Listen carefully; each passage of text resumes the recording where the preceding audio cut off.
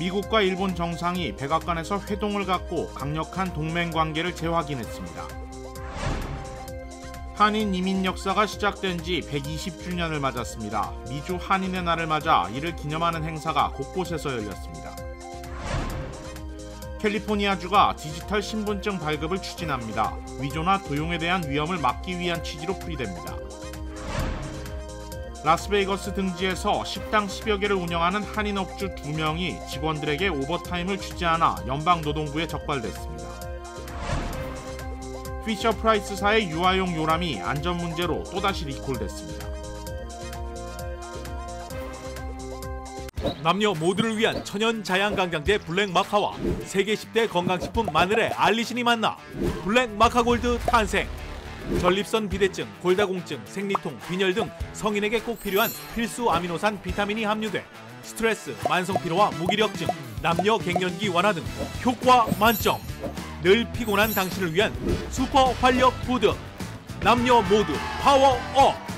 지금 신만이 장석훈의 천종산삼에서 만나보세요.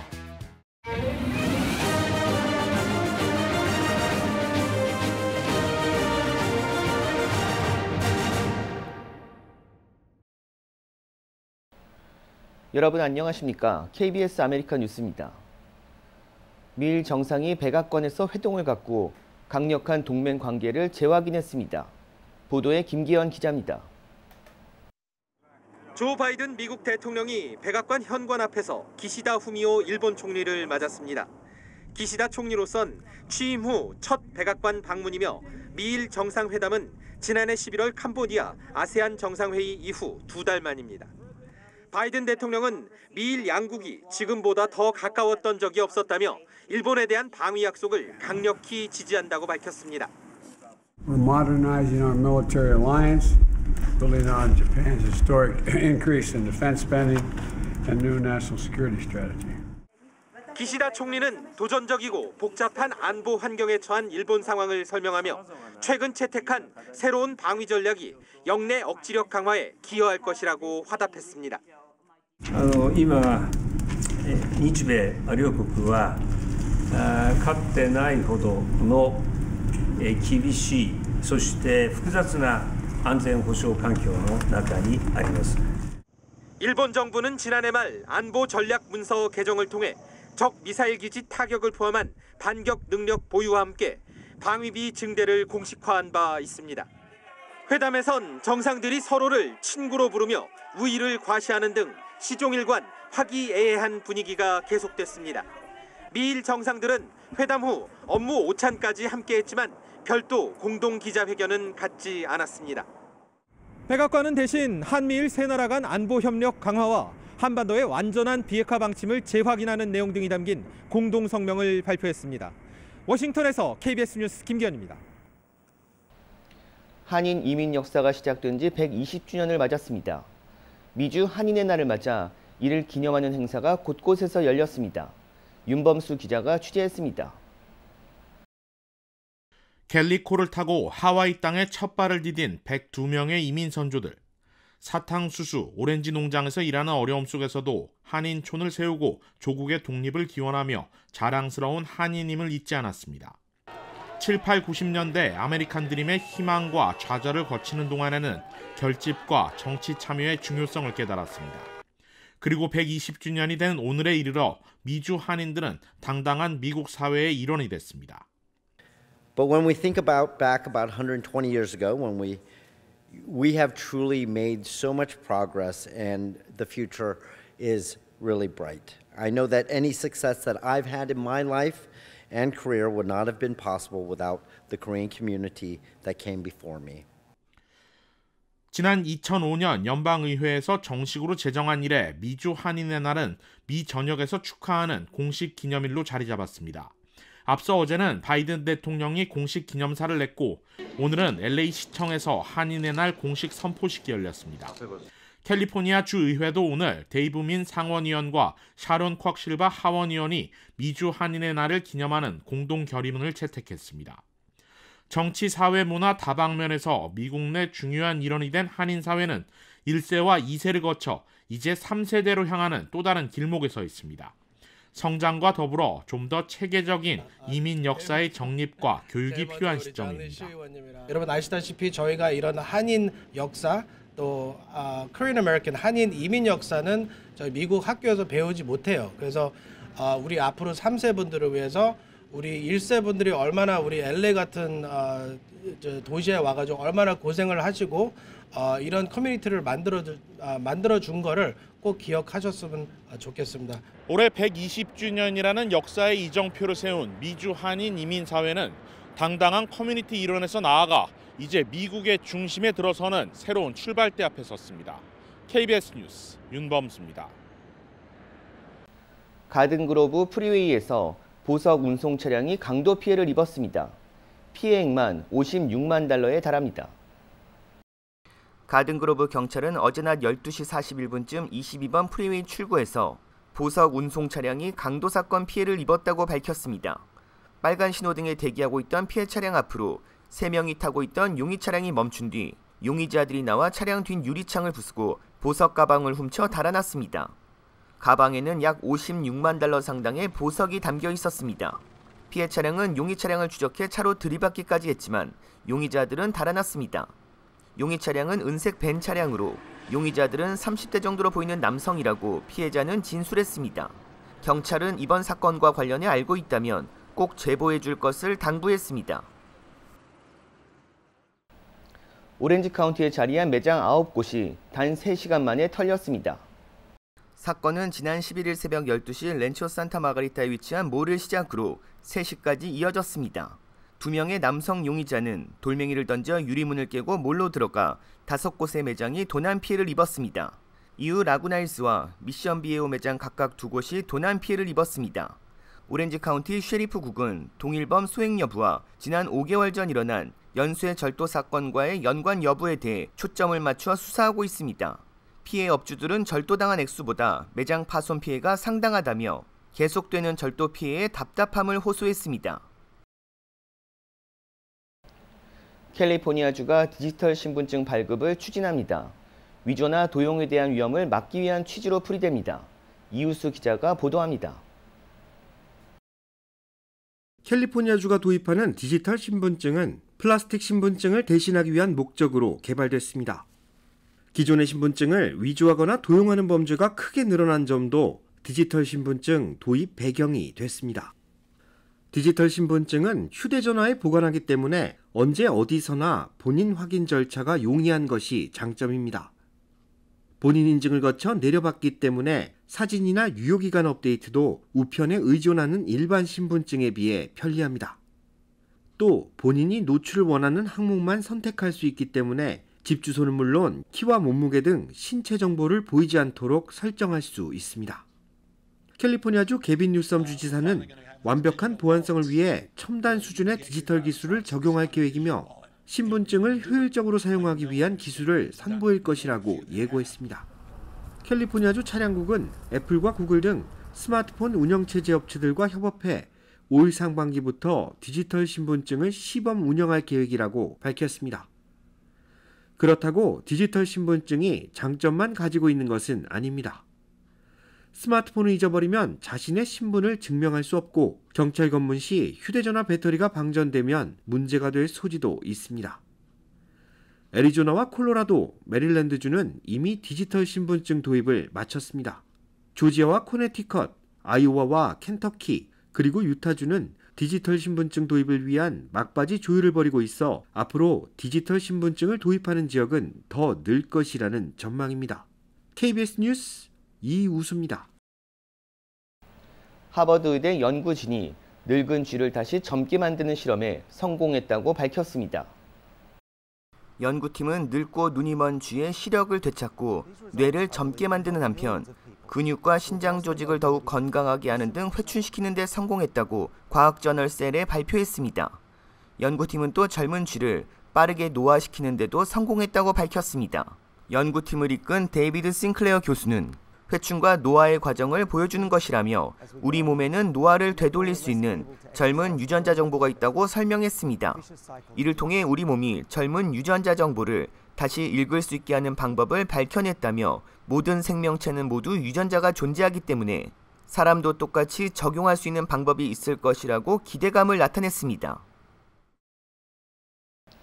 한 식당 운영업주 2명이 직원들에게 시간에 근무 수당을 지급하지 않아 적발됐습니다.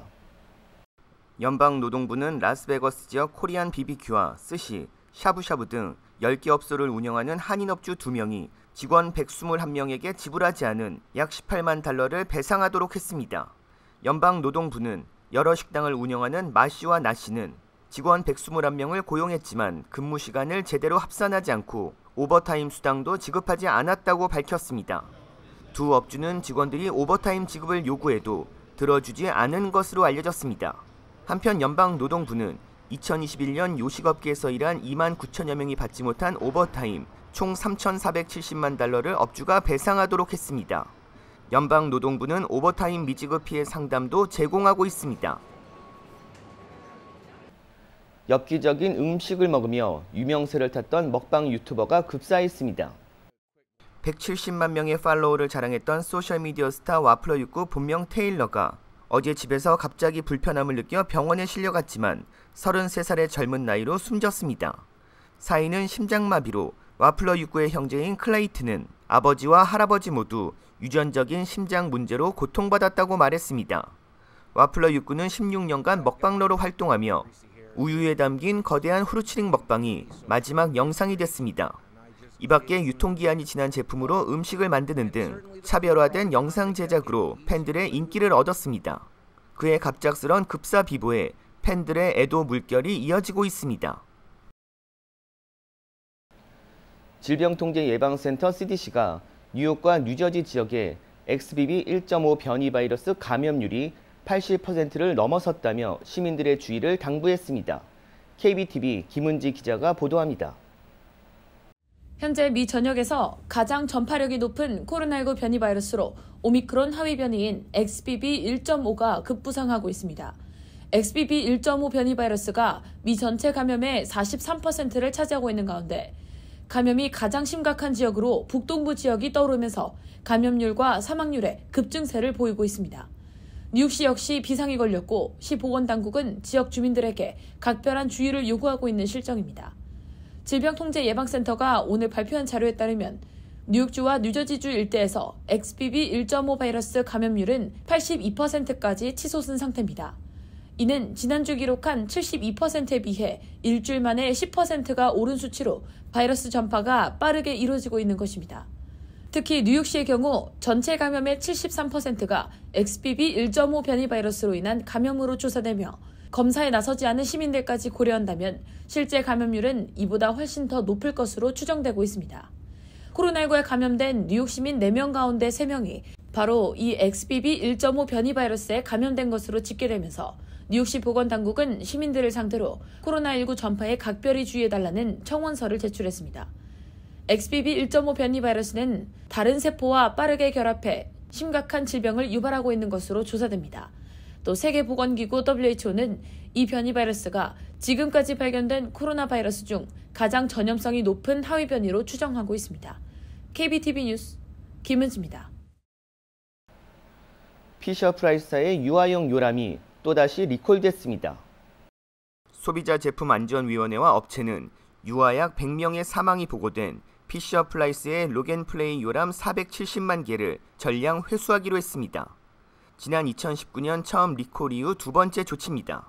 소비자제품안전위원회는 해당 요람의 아기를 안전벨트 하지 않고 눕히면 아기가 떨어져 크게 다치거나 목숨을 잃을 수 있다고 밝혔습니다. 해당 요람은 1차 리콜 이전 약 30건의 유아 사망이 보고됐고 리콜 발표 이후에도 유아 사망 8건을 포함해 무려 70건이 추가 보고됐습니다. 위원회는 제품을 구매한 사람은 즉시 사용을 중단하고 업체에 환불 혹은 바우처로 교환할 것을 당부했습니다. 국세청이 올해 세금보고 기간을 확정해 발표했습니다. 국세청은 올해 세금보고 접수가 오는 23일 시작돼 4월 18일까지 이어진다고 발표했습니다. 하지만 겨울 폭풍에 따라 재난지역으로 선포된 캘리포니아주 납세자들은 5월 15일까지 세금보고를 마치면 됩니다. 올해부터는 무료 세금보고도 시행됩니다.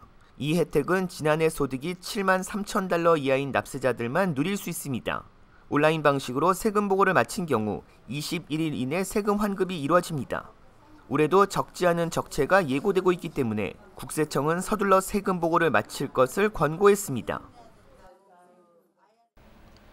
뉴욕시가 새 회계연도 행정 예산안을 공개했습니다. KBTV 전상희 기자입니다. 에릭 아담스 뉴욕시장은 기자회견을 열고 올해 경제 불확실성을 감안한 1,027억 달러 규모의 2023-2024 회계연도 예비 행정 예산안을 발표했습니다. 교육국과 뉴욕시경, 소방국에 대한 예산이 모두 전년에 비해 감소했으며 채용이 필요한 공무원 4,300명에 대한 일자리도 줄인다는 계획이 포함됐습니다. 아담스 시장은 많은 전문가들이 올해 경제 불확실성을 이야기하고 있고 뉴욕 증시도 하락세를 보이며 망명 신청자 급증으로 인한 비용도 추가돼 예산을 효율적으로 쓸 방법을 찾아야 한다고 밝혔습니다. 또 월가에서 벌어들이는 세수가 줄고 오피스 공실률이 높아져 재산세에도 부정적인 영향을 미칠 수 있다고 밝히면서 각 기관의 비효율적인 자금 지출을 줄일 것을 권고했습니다.